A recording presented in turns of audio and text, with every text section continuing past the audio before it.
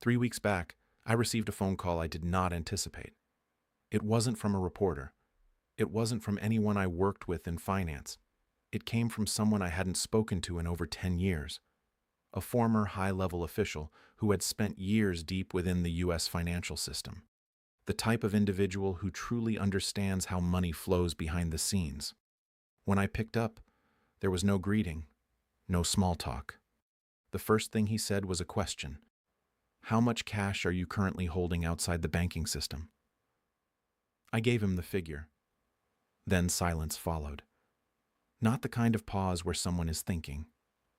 It felt heavier than that. After a few seconds, he spoke again. What he said next is why we're having this conversation today. He said, "You should probably double it before April." When someone with that level of experience says something like that, you don't brush it off. You ask why. People who've spent decades inside financial systems don't casually make statements like that. They understand how markets behave, how banks operate, and more importantly, how financial pressure builds long before the public notices. What stood out even more was how calm he sounded. No panic, no urgency in tone, just quiet certainty. That's often how serious financial warnings are delivered. Calm, direct, precise. After that call, I spent weeks analyzing data to understand what he might have meant.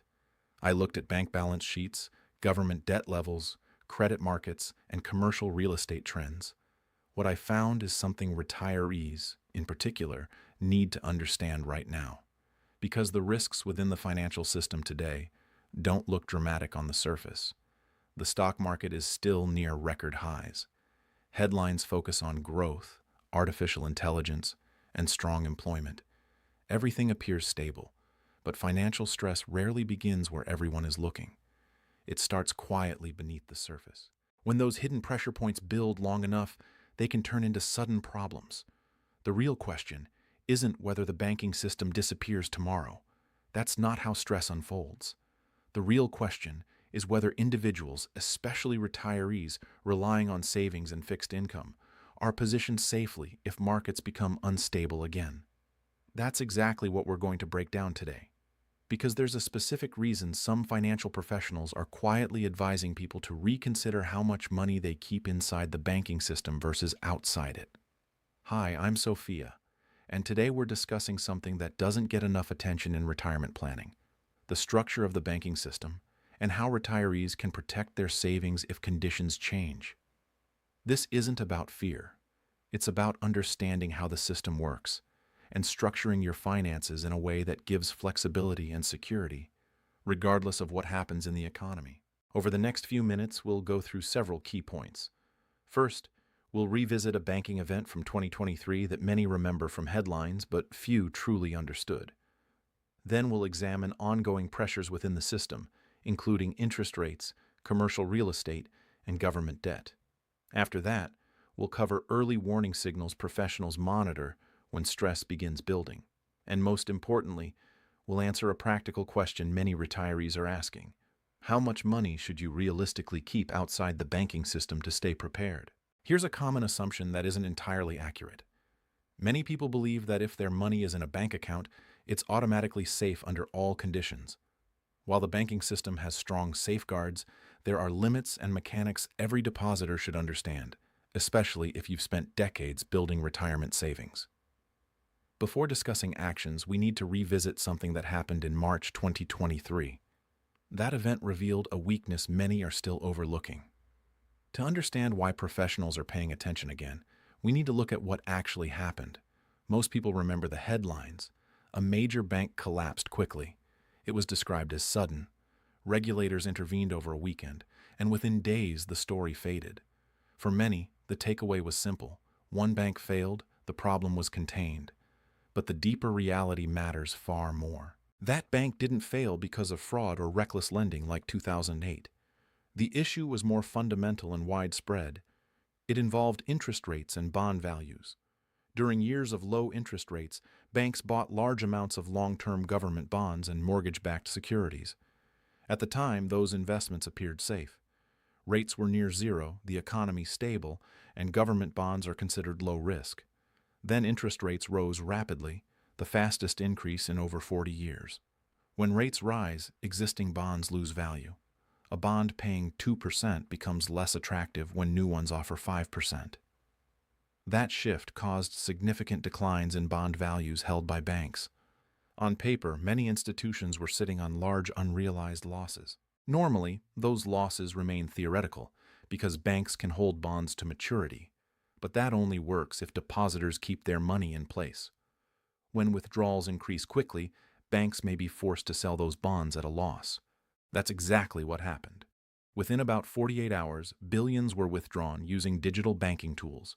The speed of modern systems turned a manageable issue into a crisis. Regulators stepped in, took control, and guaranteed deposits to prevent broader panic. On the surface, the situation was contained. But analysts noticed something critical. The bond losses weren't unique. They existed across many banks. Data showed institutions were collectively holding hundreds of billions in unrealized losses tied to low-rate bonds. These losses don't cause immediate problems, but they represent vulnerability, a hidden pressure point that can surface under stress. Now, consider another area receiving less attention: commercial real estate. Work patterns have shifted dramatically. Remote and hybrid setups have reduced demand for office space. In cities like San Francisco, Chicago, and New York, vacancy rates have surged. Entire buildings sit partially empty. When offices remain vacant, rental income drops. When income falls, property values decline. Many of these properties were financed during low-rate periods. Owners assumed stable rents and manageable borrowing costs. Today, refinancing is more expensive, and reduced income makes debt harder to sustain. Over the next few years, many of these loans will mature. Owners must refinance or repay. If refinancing is too costly or property values have fallen, defaults can occur. A key detail often missed is that many of these loans are held by regional and mid-sized banks, institutions that rely heavily on deposits. This doesn't guarantee failures, but it does mean banks face multiple pressures: declining bond values and uncertain real estate loans. Analysts look at these factors together and ask, if conditions tighten further, where does stress appear next?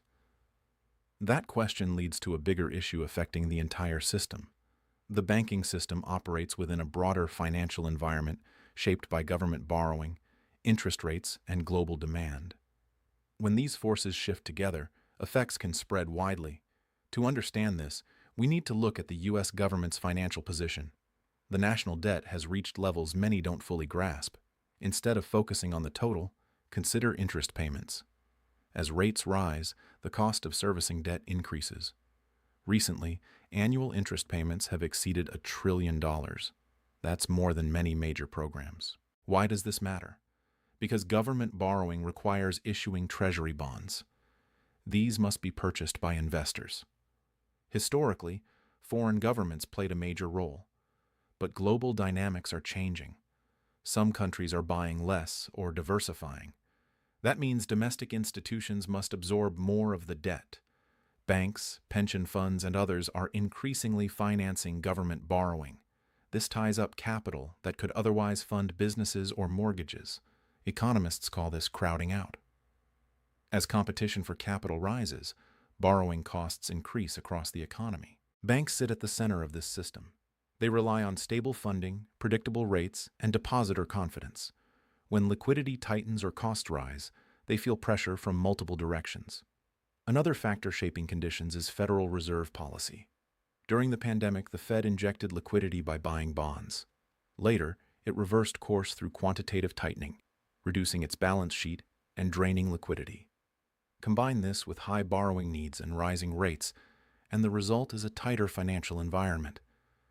Tight conditions don't guarantee crisis, but they often reveal hidden weaknesses. Stress begins quietly, not with headlines. It appears in subtle ways: short-term lending markets, corporate bonds, or bank stock performance. Crises typically start as small signals before becoming obvious. That's why professionals monitor early indicators. 3 signals stand out. First, the 10-year Treasury yield. This rate influences mortgages, corporate borrowing, and valuations. Sharp increases can ripple through the system. Second, regional bank stocks. These institutions are closely tied to local economies.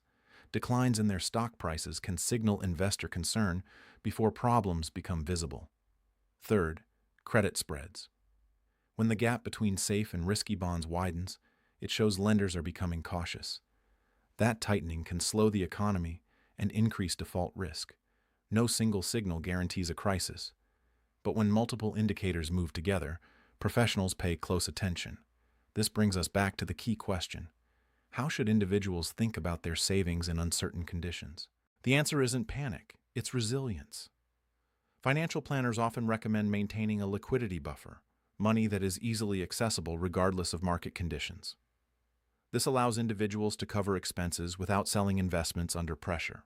For retirees, a common guideline is keeping 3 to 6 months of living expenses in accessible forms. Not hidden cash piles, but practical liquidity. For example, a household spending $4,000 monthly might keep $12,000 to $24,000 available. This can be held in different ways, some cash, short-term government securities, or other liquid assets. The goal is simple: maintain flexibility. Another important step is understanding deposit insurance limits. In the U.S., deposits are insured up to $250,000 per depositor per bank. Spreading funds across institutions can help maintain coverage.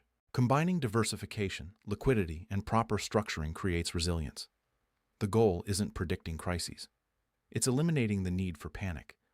Those with access to liquidity have time, and time leads to better decisions. When you shift focus from prediction to preparation, everything changes. Market stress, while uncomfortable, often creates opportunity. During downturns, strong assets become more affordable. Investors with liquidity and patience can take advantage. History shows this repeatedly. Those prepared during crises often achieve strong long-term results.